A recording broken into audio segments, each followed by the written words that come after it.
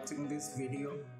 Don't forget to subscribe Emotech for more Photoshop tutorials. Also like and share this video if it is helpful.